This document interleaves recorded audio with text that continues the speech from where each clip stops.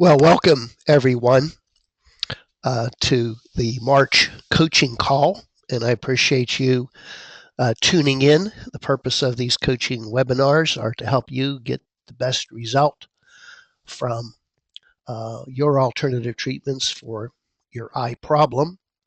And I hope that I'm coming through. Let me just check the audio. You can see on the right hand side of your screen, you can type me a question anytime you like, or if you want to raise your hand and ask me a question, there's a place where you can click the hand button, and then I'll unmute your microphone. So if you are not able to hear me at this point, please type a question or a comment or give the office a call. So today we're going to be talking about a topic that I really love is homeopathy, and that's kind of what got me started in alternative medicine. Okay, well, I got some exciting news to share with you. I have been invited to be featured on In Focus. It's a Martin Sheen production. This isn't Charlie Sheen. This is Martin Sheen. This is an award-winning public television show, and they're doing a special program, Alternative Treatments, to be featured on public TV. And filming will take place at the new Florida Wellness Center on April the 17th. They're going to be shooting all day, and the show should be aired on public TV early summer 2013, June or July. So I am looking for testimonials for the filming. So if you're out there and you're not camera shy and you want to ham it up on the camera, give the office a call and they can talk to you about possibly being a part of this event. We're still offering our 3 days of free PEMF treatment, pulse electromagnetic field treatment. Dr. Oz said this is the #1 advance in 2012 in alternative medicine, and you can receive these treatments free. There are 3 consecutive days, and we have some times set apart. So if you're able to come to the Florida Wellness Center for these treatments, would love to see you. So call to see if you qualify. That's 800-430-9328, the office number. I'm really happy. Some of my work has been published in a national journal. In fact, it was the lead article in the American Journal of Homeopathic Medicine. The title of the article was Eye Disease from a Homeopathic Perspective. So if any of you are interested in a copy of the article, please give the office a call. I have also put a link to this article in my last newsletter. I think all of you are receiving the newsletter. If you haven't seen the link or you're interested in the article, give the office a call. Detoxification is a really important aspect of improving your vision and restoring your eyesight. And I take this aspect of treatment very, very seriously. Everyone who is involved with the 3-day program or the fast track will get a 6-hour urine. Many of you are not following through. You're not doing your IV chelation or rectal chelation, either because of the expense of these treatments or because of the time involved, or you can't find a local alternative doctor. Well, I've been working the last couple of years to develop a good oral product. Initially, I was not that excited about oral chelation, but I do think it can be effective. So you can save 20% on my new Ocular Detox vitamin. And at the same time, if you haven't had a 6-hour urine test, you can save 20% on the urine challenge test. The Ocular Detox formula, I think, is a phenomenal product. It has sodium EDTA. EDTA is kind of the standard of detoxifying the body. It also has coenzyme Q10, Alpha lipoic acid is another chelating agent which passes the blood-brain barrier, so it removes heavy metals from the brain. So this formula would be very, very good, not only for eye detoxification, but for brain. It has other ingredients like taurine, which is an essential amino acid for retinal function, hawthorn berry, which is good for the vascular flow, ginkgo biloba improves blood flow, garlic, as we know, is a great detoxifier, and butcher's broom, which is an herbal product to help improve the vascular flow.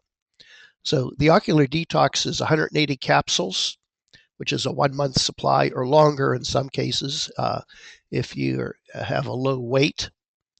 And the price is $59.95, which is considerably cheaper than intravenous chelation or the rectal suppository chelation. So if you order a 3 month supply, you'll save 20%. And also the 6-hour urine, as I mentioned, the urine challenge, you'll save 20%. So if you're not doing chelation, I would highly recommend that you give the office a call, inquire about this program, and get started. As my friend Dr. Dorothy Merritt states, get the lead out. So you got to get the lead out to get the lead out.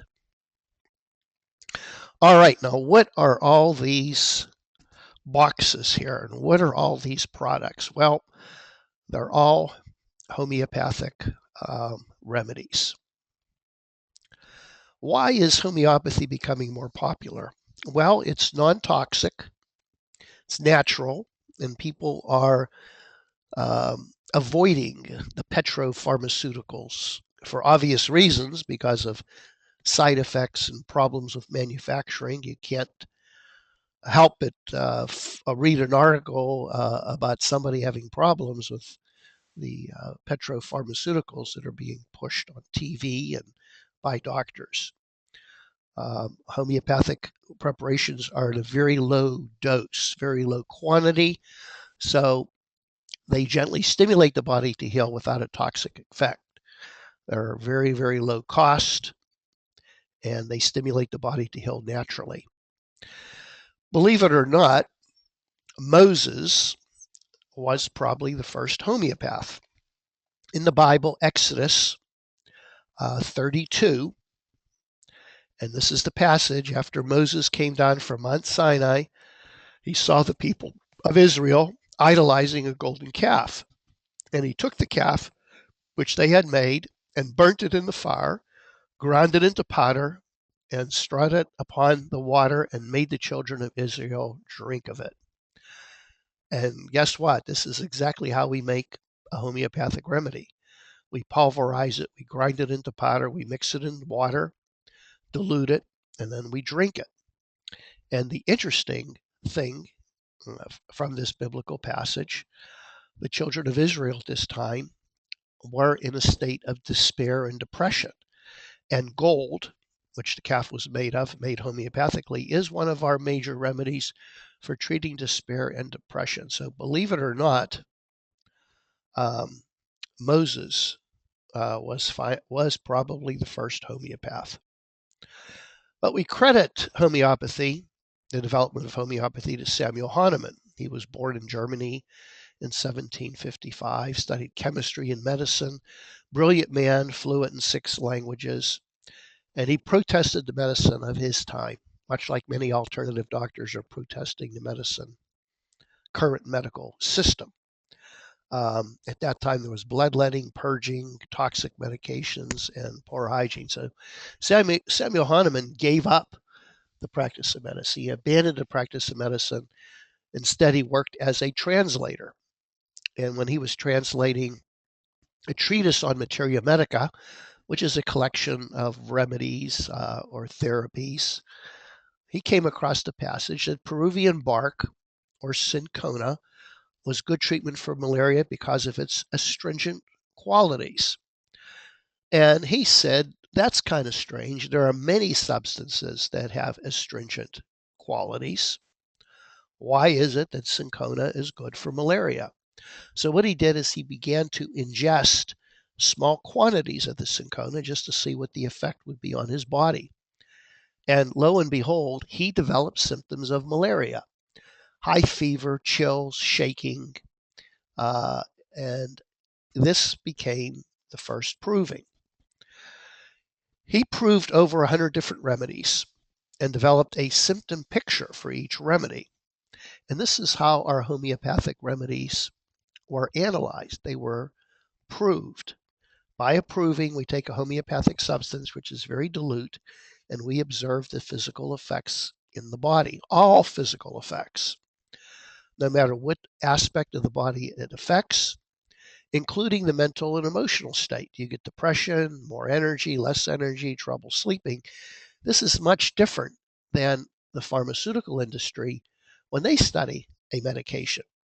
If the pharmaceutical industry is going to be studying a hypertensive medication, they only study it in relationship to high blood pressure. Does it lower the blood pressure or not? They really don't go into detail like we do in homeopathy to study all aspects of this substance.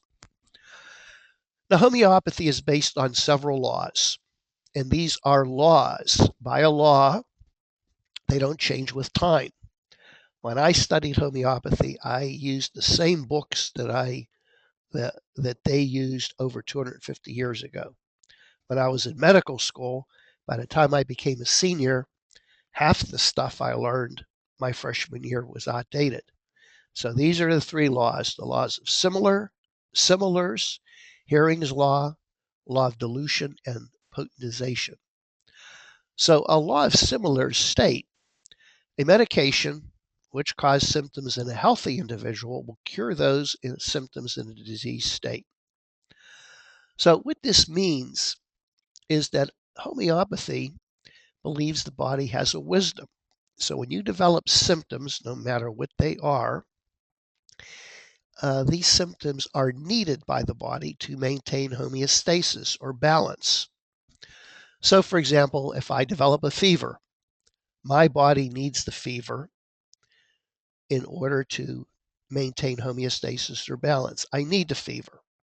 If I develop diarrhea, my body needs the diarrhea.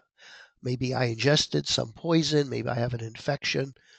But if you believe the body has a wisdom, every symptom we have is to help the body. So in homeopathy, we treat with similars. So if you have a fever, the homeopathic doctor will give you a medication which causes fever. If you have diarrhea, you'll get a medication which causes diarrhea. And it may be peculiar, but if the body knows what it's doing, let's help the body. In traditional Western medicine, it treats with opposites. It believes the body does not have a wisdom. So if you have diarrhea, you take a medication which causes constipation. If you have a fever, you take a medicine which cools the body. So as a result, it fights the body, it goes against the body, and something occurs called suppression. The disease is relieved, but the disturbance is pushed deeper into the body, and you have more and more disharmony, and you will have more severe symptoms later on. Now, there are some homeopathic-like therapies, even in conventional medicine. Modern allergy treatment. I discovered I'm allergic to some grasses here in Florida and some trees. So what is the allergist doing? He's having me take homeopathic preparations of the very substance I'm allergic to. So you might think, is this guy nuts? If you're allergic to ragweed, why is he giving you ragweed? Well, it's to help strengthen my body. Immunization, in a way, can be considered homeopathic treatment because you're getting the same substance to help protect you from future exposures. Radiation therapy. Well, radiation can cause cancer, as we know, but yet it's used to treat cancer. Like treating like. Digitalis is a plant, and if you take too much of it, you're going to have heart failure, but digitalis is used to treat heart failure, like treating like. Ritalin is an amphetamine or speed. It causes hyperactivity, yet Ritalin is given for hyperactive kids. Interesting. Like treating like. Another important law of homeopathy is the law, Hering's law. And Hering believes that the body heals in a certain direction. And the first law, that healing progresses from the deepest level, mental and emotional, to external. So many times you'll have a physical problem, but if it's suppressed, you'll get a mental problem. Likewise, in homeopathy, when we're treating a disease, we like you to have an improvement of your mental and emotional state, and then have the physical leave. So if I'm treating you for macular degeneration and you take a homeopathic remedy, but you have more calmness and you're sleeping better, but there's no change in the macular degeneration, that's a good remedy. But on the other hand, if you take a homeopathic remedy and your eye and your vision improves tremendously, but you become more irritable, you're not sleeping well, you're depressed, then, and that's not a good remedy. We want to see a change in the mental emotional first. The second law states that healing progresses in reverse order of the chronological order of appearance. So many times you get a return of old symptoms. Maybe you had, let's say you had asthma, and it was treated with antibiotics. Then later on, you developed eye infection that wasn't treated with antibiotics, and now you have cataracts. So if we treat the cataracts, the eye infection might come back and the asthma might come back because it's in the reverse order. But usually when this happens, it's usually mild and it doesn't require any intervention. It's just the body kind of purging the way it was treated improperly. The third law states that healing progresses from the upper parts of the body to the lower parts. So if you have a skin rash all over your body, it proceeds from the upper part to the lower part. A big problem with traditional medicine is suppression. And we're not listening to the body. We're using substances which may eliminate some of the symptoms, but we're pushing it deeper into the body. For example, antibiotics for conjunctivitis or inflammation of the eye, treatment of chronic blepharitis or inflammation of the eyelashes. Typically, you're given antibiotics and steroids, which push it deeper. Steroid eye drops push it deeper. Cataract surgery can be suppressive. There's been some studies to show that there's an increased incidence of macular degeneration after cataract surgery. The first reaction is, well, you're just getting older, you're going to get it anyway. No, it's suppression. The cataracts haven't been treated properly, and the disease is pushed deeper, and you develop macular degeneration. Laser surgery and injections for retinal disease is suppressive. You're not treating the underlying cause. And sooner or later, this suppressive treatment is going to cause one to develop a more severe problem. So as an alternative doctor, I look at the underlying cause of disease and I try to treat that first. The last and probably the most difficult to understand is this idea of dilution and potentization. In homeopathy, Samuel Hahnemann discovered that by diluting a substance, it actually becomes stronger. There's more energy into it. Homeopathy is a form of energetic medicine. We want to give a small amount of the remedy and let the body do its work. We want to stimulate the body. The body has the power, the remedy doesn't.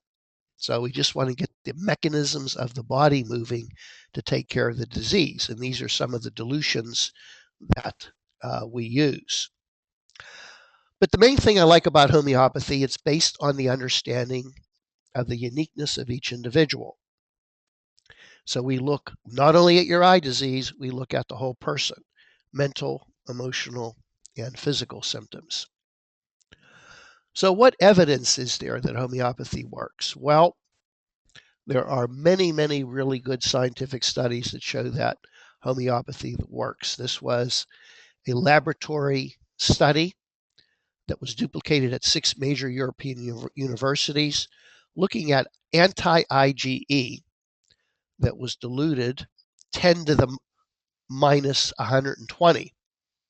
That is almost like diluted one molecule in the Pacific Ocean. Over this range, there are successive peaks of degranulation on basophils. So in other words, this IgE acted on a cell even though there was a calculated absence of IgE. So it felt that transmissions of the biological information could be related to the molecular transfer in water. There was a lead article in the journal Pediatrics, which is a peer-reviewed journal, looking at a randomized double-blind clinical trial, 81 children in the study. In the treatment group, who used homeopathy in the treatment of diarrhea, had a statistically significant decrease in duration of diarrhea. And of course, I'm excited. My work was published in a major national journal, Eye Disease from a Homeopathic Perspective. Homeopathy in ophthalmology is not new. New York Eye and Ear Hospital was under homeopathic management in 1867, 1931. They treated over 31,000 patients in that hospital. And recently, last year in October, I was invited to give a talk on homeopathy, if you can believe it. Of course, right now, no one is doing homeopathy in that hospital, but the fact that they invited me to talk about homeopathy is a step in the right direction. And the chairman, the professor of ophthalmology there, Dr. Rich, is interested in doing a study with me looking at the effects of microcurrent and light therapy in glaucoma. There have been many homeopathic and ophthalmic journals. This is just a few of them. These are some textbooks on ophthalmology by homeopaths, which date back to 1871. All these books deal exclusively with homeopathy and eye disease. A landmark study was done by Dr. Norton. This was published in the North American Journal of Homeopathy in 1891. So it's a retrospective study. He went back in his records to see how effective homeopathy was for cataracts. The majority of the patients there were 100 patients, 34 were treated for a year, 20 for 2 years, 14 for 3 years. And he reported that there was an improvement in 58% of the cases, which is great. No change in 42, which is also great because the majority of people with cataracts, it tends to progress. There was also a study done at Harvard by Mark Abelson looking at homeopathic ingredients in the treatment of allergies. As double blind, meaning that was a placebo used. Of course, I don't like the word double blind when you're dealing with eye studies. We'd rather use a controlled study, not use that B word. And it was a significant reduction in signs and symptoms. So one question that many people have is, how can I find a qualified homeopath? Well, I highly recommend homeopathy for all your health issues. And of course, for your eye issues, I would like you to, deal directly to me. So if you're listening to this webinar and you haven't had a homeopathic follow-up or you're not taking a homeopathic remedy, that means you need to call the office and get a consultation scheduled or a follow-up scheduled or have your situation reviewed so we get you on the right homeopathic remedy to act as a catalyst to get your body stronger and eye stronger. If you have friends or family members who are interested in homeopathy, these are two great websites. I always like you to go to an individual that either has a CCH after their name or a DHT. CCH means Certified Classical Homeopath, and DHT means Doctor of Homeotherapeutics. And I'm proud to say, and I worked hard to get these 2 degrees, I have both of them after my name.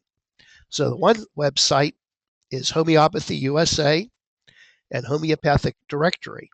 Both of those sites are listed below. And all of you will be getting a copy of this webinar, for your reference, and also links. So I'm wondering if there's any questions. Any of you have questions? You can either raise your hand with a little hand button next to your name, or you can type your question.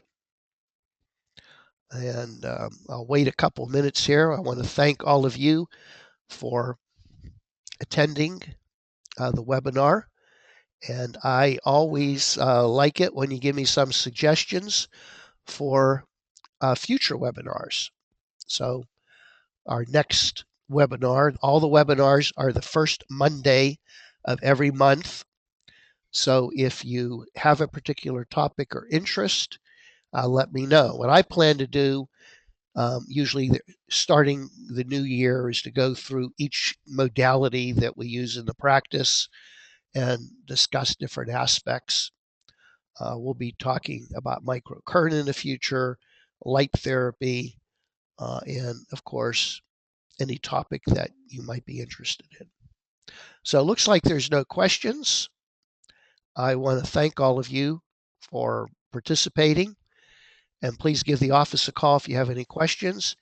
And until the next coaching call, I wish all of you good health and clear vision.